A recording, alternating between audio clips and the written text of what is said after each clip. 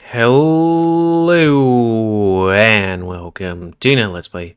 Me, GamerWolfSix, Major Minor. Before we start, if you're interested in playing this game, it's on Steam for free. Anyways, on the last Let's Play, we went to an arcade and had quite a bit of fun. Was that all that happened? You know, that's the problem with doing a whole bunch of Let's Plays. You kind of forget stuff that's happened. But, you know, it was like, got off the train, there was debate, assassins planted some evidence, midnight murder things. I think it was, midnight murder stuff. And then, we went to the arcade, and we were at the arcade, and then Bird Lady asked us to have a word, so we're going to go do that. And instantly, I was right. Enter Jade. When I entered, Jade turns to me with a smile. You know, smiles that you can make with peckers. Or beaks, that's it. Hey there. Didn't expect you so soon. Sorry for not being ready to receive you.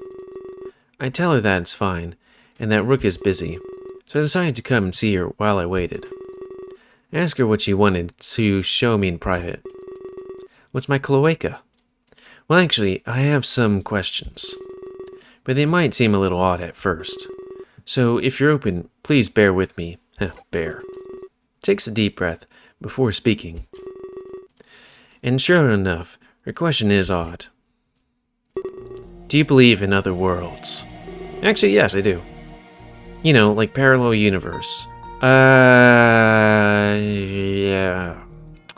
I'm gonna have to ask my friend Rio,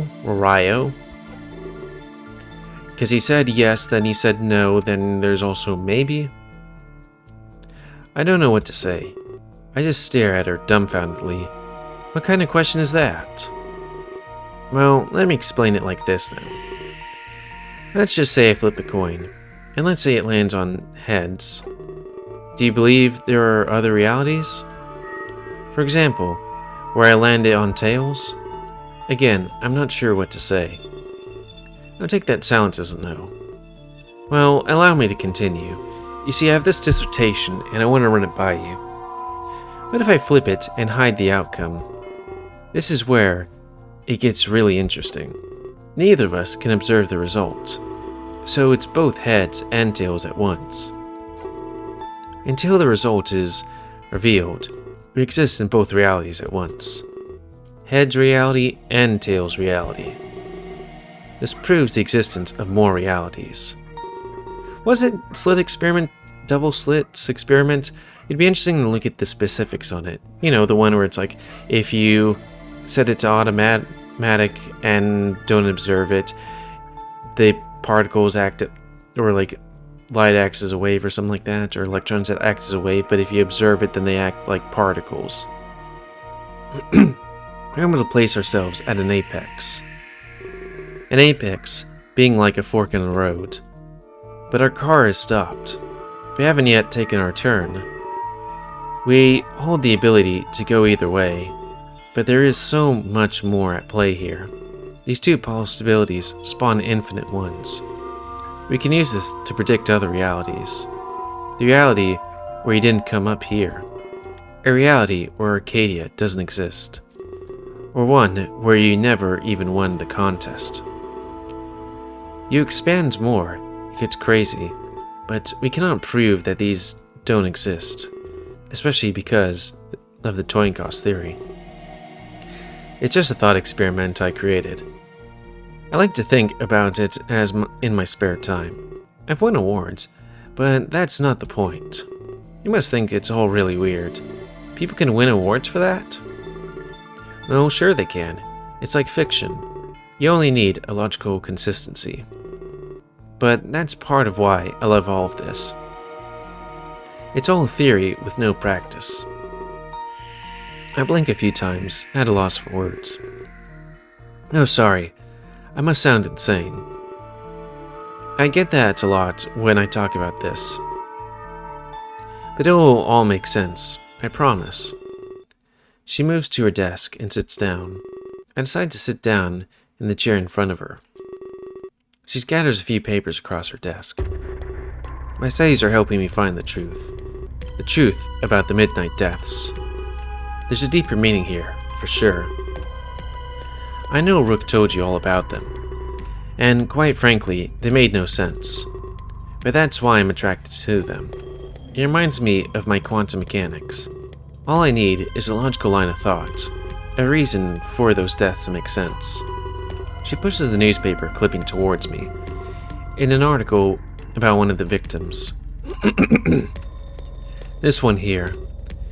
He was shot to death, but there was no gun found in the area. And not even evidence of a gunshot. It keeps getting weirder, my friend. Look here, at the next victim. She places another newspaper clipping in front of me. This man hung himself, but there was no news found, just the wound from a rope around his neck. The crime scenes are contradictory. There's nothing about them that adds up. It's as if all the evidence just vanished. That really didn't make any sense. Well, for the murder, the corpse could have been moved. But for the suicide, that's where things get tricky. You can't move after you're dead. Well, I guess technically you can, but not voluntarily. And there's another instance here. One that I find incredibly interesting. Someone who survived the midnight deaths. Survived? She shows one final newspaper clipping. He reported loss of breath, like he was being strangled to death, but it suddenly stopped, and he lived.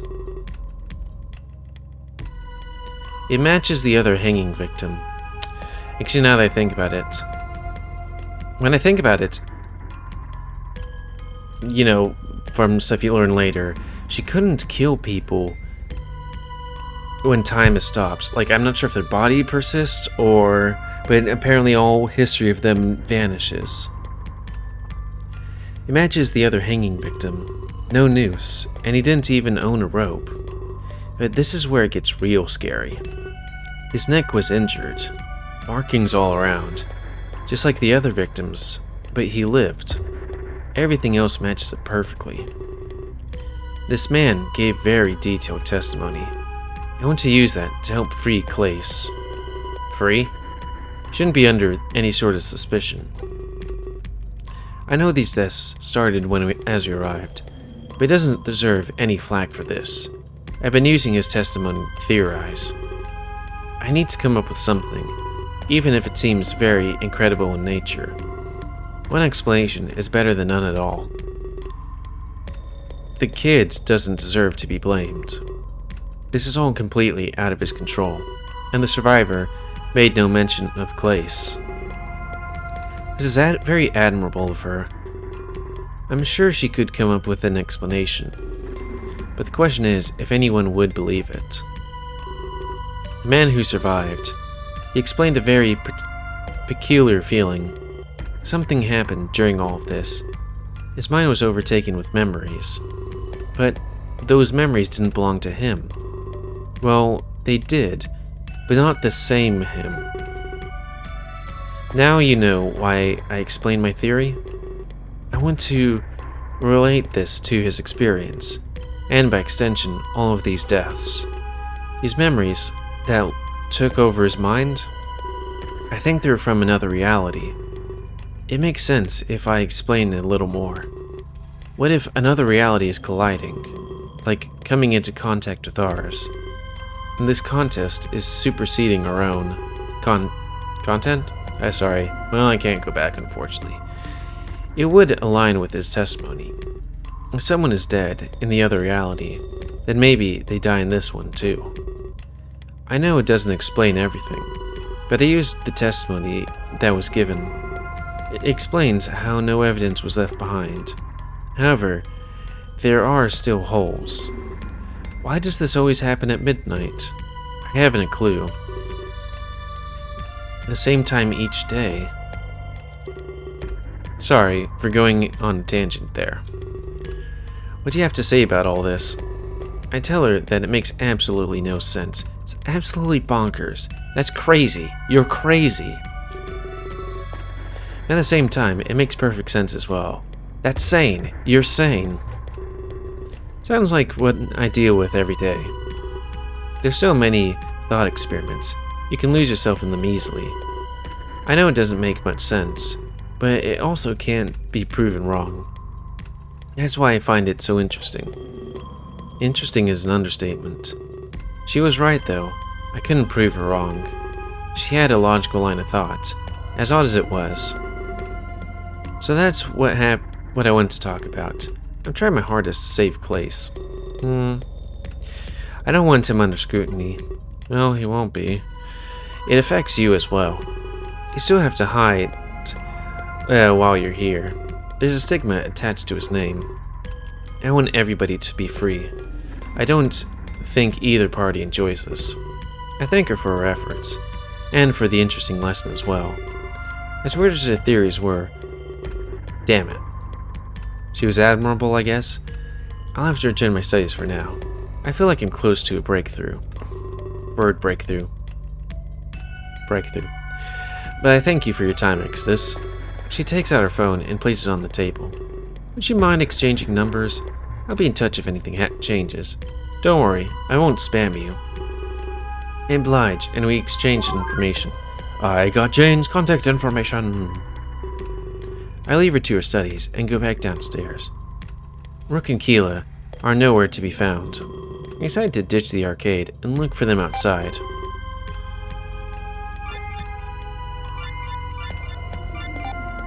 Seven. So let's see, Rook. Yeah, there he is. Huh? It's pretty dark outside? Yeah, this song is definitely from some game I played. Probably an H game though, I think. There might not be as well. Maybe a Final Fantasy game now that I think about it. Who knows? Just how much time we were wasting in there. Where's Enter? Oh well. Akihabara's nighttime was beautiful. It was lit up unlike anything I've ever seen. Did you enjoy your little date? Wouldn't exactly call it a date. I was just joking, Rook. Oh, we've already read this. Time for her throat to break. I went to woo Jade. Jade wouldn't have done any of that. She's far too interested in quantum mechanics. Let Keela know that this wasn't my objective. Send his apology as well.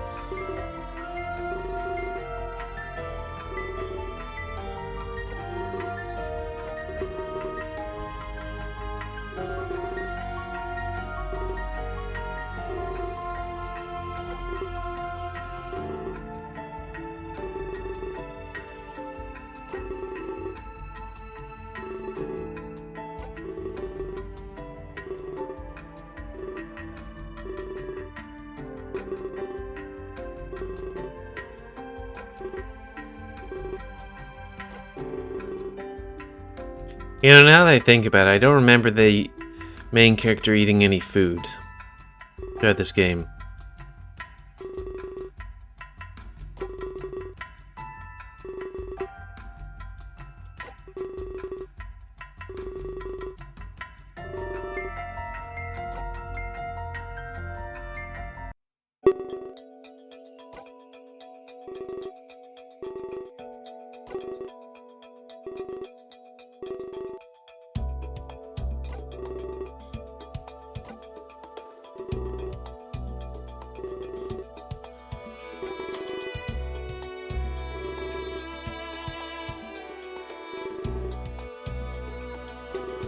Too bad we never got use the masseuse.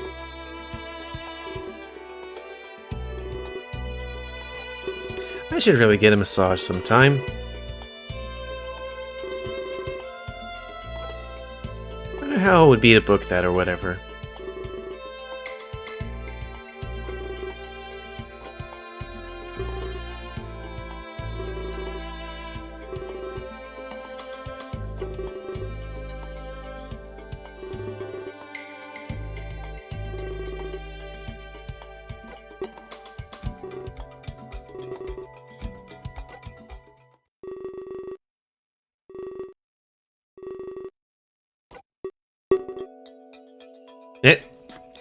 Before I... Yeah, man, basically it's me going after Keelan's like, before I can catch up, Rook decides to stop me.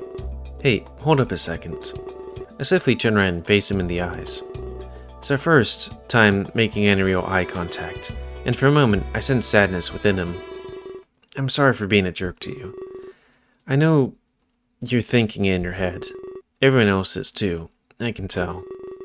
I know that I've wronged you a lot today. Not really. You've been a little bit of a jerk, but not much. Even if you aren't strong enough to say so. Where is this coming from? But you know, we have a lot in common. So I feel like I can confide in you. This is awkward, I know, but hear me out. A lot of the stuff I say, I'm joking, but apparently they're only funny to me. I end up offending or judging everyone else. That much is clear already. I hope that Jade doesn't become like this, especially since Rook is teaching her humor. I just wish I was understood. Half the time, I have to bite my tongue. I'm scared I'll hurt people. I don't want to get hate for just talking. Half the time, I'm just speaking my mind. It makes me scared in everything I say. The world's where you're scared to speak. It's a lonely one. I can say that much. That's why I use my tablet so much. I can be alone, yet with others. I can bite my tongue before it's too late. It gives me a filter. If that makes sense. And you know, this wasn't always the case. He stares at me like I've done something horribly wrong. As far as I can tell, I didn't. This outburst all came on him. He pulls out his phone and starts typing on it. He's texting me? I'm literally standing right here. I pull out my phone to see what he said. I used to be one of the #1 hosts in Akihabara. I worked in the maid cafe. That's right, don't laugh. Huh? Rook used to work at a maid cafe? That's bizarre. I stare him directly in the eyes with a serious look. I want him to know that I'm handling this with respect. He nods and he starts typing on his phone again. But I lost someone close to me, and that just changes your outlook in life, you know? Someone close to him died? I wonder who that could have been. I maintain eye contact with him. After a few moments, his eyes well up. When they died, one of the most cheerful hosts in all of Japan turned into a cynical, withdrawn jerk. So he's saying he didn't always act like this? He must have lost someone very important. I mean, to impact his personality so much. And you're looking at him. He shuffles awkwardly as he sends the next message. I really didn't expect any of this, but it makes sense. I know why he hates maid cafes. So clear. Good thing we didn't go to one earlier today. You're so stupid. Huh? No idea how you got me to open up. If you have no idea, then I am a genius. But I swear, if you tell anyone else, well, that will be the end of you. I will type so hard on my tablet. He's blaming me? Somehow, that feels like an extremely Rook thing to do. I hate you. Well, last time somebody told me that in one of these games, we started making out and then we moved to the table and then the bed. But, you're not Sovi, so yeah. He closes his eyes and tilts his head upwards. And suddenly, I realize he wasn't talking to me. He was talking to himself. You just can't stop running your mouth, even at the most inappropriate times. You should have stayed a worthless hikikomori. Okay, let's look at what that is. Something dropped to the floor.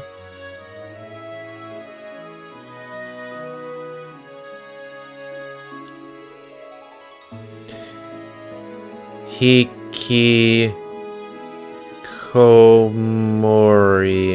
meaning an abnormal avoidance of social contact, typically by adolescent males. He starts crying now, his eyes glistening. Not just a tear, but a veritable fountain of them. What do I say? Say nothing. But let's just make sure. You'd say I like you? Let's see, Jade. Go talk to her, no change. Wait. Oh, right, that's the lady thing. Rook. Telling me like him, chew ending flag, but if I also remain silent, chew ending flag. Okay, that one. Shocked and confused, I decided to be candid with Rook. I tell him I like him. I mean, there's good a person deep inside. Deep, deep, deep inside, but still. He just has to find them and let them out. I can tell him he's having an episode of depression. Sometimes, we should know the world when we're depressed, either by isolating ourselves or pushing friends away. He's fairly clearly trying to push us away, while wasting all of his time on his tablet. A hikikomori is a Japanese term for shut-in. They want nothing to do with society. Oftentimes, they live on junk food and surf the web. I knew his judging was a symptom of deeper issue. I wanted to help him, not see him suffer like this. He's having trouble with the loss of a loved one. We've all been there, or at least we will be. The latter is more terrifying for me than the former, but it's something we all have to face during our lives. It's out of soft smile before he continues talking. That's the last thing I expected to hear. Normally, people just walk away from me, but I haven't had someone stay and listen, let alone say something positive about me. Most people harp on me for the tablet. They tell me I'm wasting my time, you know? Thanks for saying what you did, though. I may have taken it the wrong way, or perhaps your intent was different, but thank you. It was still very kind. I haven't smiled like this in a long time. I know we just met, 2 hours ago? But thank you. You're a dear friend to me. He takes a few deep breaths before calming down. It was awfully impulsive of him to open up like this. Thank you for listening to me regardless. But I guess we need a few ground rules now. So listen close. Your life is on the line. Tell anyone it happened, and I will end you. Never mention this. I have eyes and ears everywhere. Got it. I'm like the Max of this game, except not really. There we go. Back to our regularly scheduled Rook. He seems so concerned about his public image. In fact, he's willing to threaten me over it. Now, they aren't legitimate threats, however. Please, go and enjoy it at your hotel. Don't let my sob story bring you down. It certainly helped me. Venting, I mean. And you know what? I kind of like you too. I admire your ability to listen to people. Without saying another word, he slowly walks away, and types away on his tablet like usual. Okay, I heard a beep. Is that a true ending flag? I don't remember that for the bird person. So what is he doing on there all the time? So I had to find my way to the hotel room save, so I was a little worried and anxious about what happened. All this worry washed away when I entered the room. Thank you. Just 2 more and we can get true ending when we get there. So anyways, that's going to be the end of this Let's Play. So comment, because I like comments, so much you like, dislike, tips, tricks, always. If you like my YouTube and would like to see it grow, then please like, subscribe, and check out the videos that have grown. Please remember spaying your animals to help control the pet population. So how's that we got 3 Archon affections and everybody pretty much was -1, even though somehow he opened up 13001. Oh well, until next time, let's play me, GamerWolfSix of Major Minor. So thanks and see ya.